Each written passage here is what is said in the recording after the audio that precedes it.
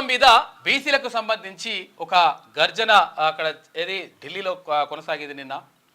బీసీలకు సంబంధించి ఎవరికి ఎంత ఇవ్వాలి, ఏం కథ, ఏం దానిపైన మొత్తం కూడా కొన్ని రాష్ట్రాలు అంటే ఇక్కడ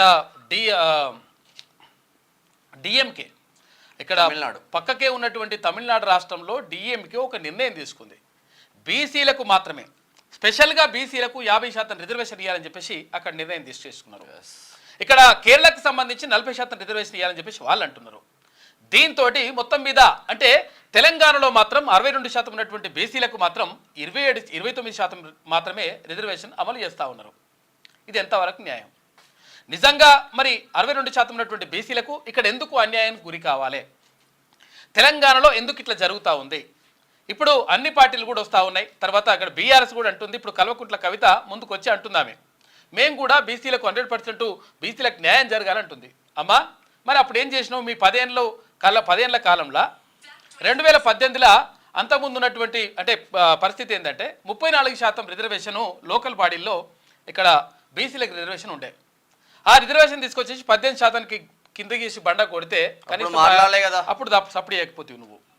నిన్న ఇంటలెక్చువల్ ఫోరం చిరంజీవులు ఆధ్వర్యంలో అంటే ఐఏఎస్ చిరంజీవుల ఆధ్వర్యంలో జరిగినటువంటి కార్యక్రమంలో తీన్మన్ మల్లన్న, ఎమ్మెల్సీ తీన్మన్ మల్లన్న, తర్వాత ఇంకా చాలామంది బీసీ నేతలు, అటు తమిళనాడు ముఖ్యమంత్రి స్టాలిన్ అంటే ఎన్డీఏ అంటే అక్కడ డిఎంకేకి సంబంధించినటువంటి పార్టీ ఆధ్వర్యంలో ఒక మంచి కార్యక్రమం జరిగింది.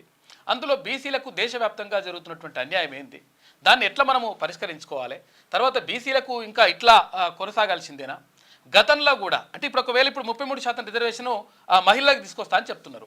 మరి 33% మహిళలకు తీసుకొస్తే మరి అందులో బీసీలు ఉంటారా? ఓబీసీలు అక్కడ ఓబీసీలు ఉంటారా? మరి ఓబీసీలు ఉంటారా అంటే ఉండరు. అందుకనే గతంలో యూపీఏ ఆధ్వర్యంలో ఒకసారి ఏది మహిళలకు 33% రిజర్వేషన్ తీసుకోసామని చెప్తే వాళ్ళు యాదవత్రయం దాన్ని వ్యతిరేకించింది. ఇక్కడ లాలూ ప్రసాద్ యాదవ్ కానీ, తర్వాత అక్కడ శరద్ యాదవ్ కానీ, ఇక్కడ అందరు కూడా ముగ్గురు యాదవులు ఆ రోజు వ్యతిరేకిస్తే వీళ్ళు మహిళలకు వ్యతిరేకం అని చెప్పేసి వాళ్ళ మీద ప్రచారం చేసిండ్రు. కాకపోతే ఏంటంటే ఇప్పుడు 33% రిజర్వేషన్లో మా మహిళల వాటా ఎంత అని చెప్పేసి వాళ్ళు అడిగితే దానికి సమాధానం లేదు. దీంతో అట్లా పక్కకు పోయింది. కాబట్టి 100% బీసీలకు న్యాయం జరగాల్సిందే. బీసీలకు సంబంధించి అంటే మొత్తం కూడా అన్యాయానికి గురైనటువంటి ఏదైనా వర్గం ఉంది అంటే అది బీసీలు మాత్రమే. ఎందుకంటే 62% ఉంటే 29% రిజర్వేషన్ ఏంది? ఇప్పుడు ఎవరెవరికి ఎంత ఉండ్రో అంతకంటే అంత రిజర్వేషన్ ఉంది, ఇంకా అంతకంటే ఎక్కువనే పొందుతూ ఉన్నారు.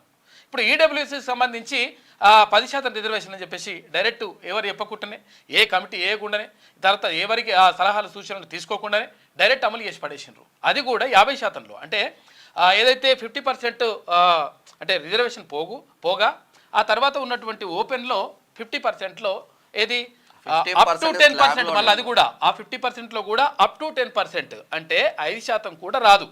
అంటే 1 నుంచి 5% వరకు రిజర్వేషన్ ఇచ్చుకోవచ్చు అని చెప్పేసి అక్కడ తీర్పులో ఉంది, అక్కడ మధ్యప్రదేశ్ హైకోర్టు ఇచ్చినటువంటి తీర్పులో. కానీ ఆ విషయాలన్నీ పక్కకు పెట్టేసి ఇష్టం వచ్చినట్టుగా ఇప్పటికే అంటే ఇప్పుడు జరుగుతున్నటువంటి ఉద్యోగ నియామకాలకు సంబంధించి కొన్ని వేలాది ఉద్యోగాలు ఉట్టిగానే గాలికి ఎస్సీ ఎస్టీ బీసీలందరికీ కూడా అన్యాయం జరుగుతూ ఉంది. అటు అగ్రవర్ణ పేదలకు కూడా అన్యాయం జరుగుతూ ఉంది. నిజంగా పేదవాళ్ళకి దక్కాల్సినటువంటి ఉద్యోగాలు అగ్రవర్ణాల్లో ఉన్నటువంటి కొంతమంది